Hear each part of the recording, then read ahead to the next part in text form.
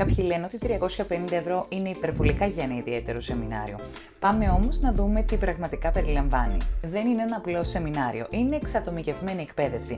Εδώ μιλάμε για μια ολόκληρη ημέρα εκπαίδευσης μόνο εγώ και εσύ. Δεν έχεις άλλα 10 άτομα γύρω σου, δεν είσαι σε ένα γενικό μάθημα. Η εκπαίδευση είναι 100% προσαρμοσμένη σε εσένα και τις ανάγκες σου.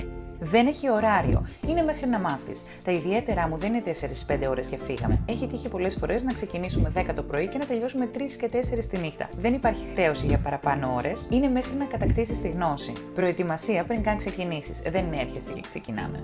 Έχω ήδη μελετήσει το επίπεδό σου και έχω προσαρμόσει την ύλη αποκλειστικά για εσένα. Συνεχής επένδυση από εμένα. Για να μπορέσω να σου παρέχω κορυφαία εκπαίδευση, επενδύω συνεχώς σε νέα σεμινάρια, πρακτική και τεχνικές. Τα ιδιαίτερα σεμινάρια που παρακολουθώ εγώ με εκπαιδευτές είναι πολύ πιο ακριβά, γι' αυτό ταξιδεύω τακτικά εξωτερικό. Υπάρχουν ακόμα πιο ακριβά σεμινάρια. Υπάρχουν κατηγορίες μαθημάτων που ξεπερνούν κατά πολύ τα 350 €, αναλόγως με το επίπεδο και την εξειδίκευση. Γι' αυτό υπάρχουν και τα ομαδικά και τα online σεμινάρια. Γι' αυτό το λόγο υπάρχουν και οι ομαδικές εκπαιδεύσεις σε πιο πρόσθετες τιμές, καθώς και τα online σεμινάρια όπου μπορείς να μάθεις με χαμηλότερο κόστος.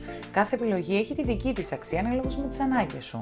Νόμιμη επαγγελματική εκπαίδευση. Δουλεύω νόμιμα. Κόβω απόδειξη, δεν είμαι μαύρα και ό,τι γίνει. Επαγγελματισμό σε όλα τα επίπεδα. Οπότε είναι ακριβό ή είναι μια επένδυση στη γνώση? Γράψε μου τη γνώμη στα σχόλια.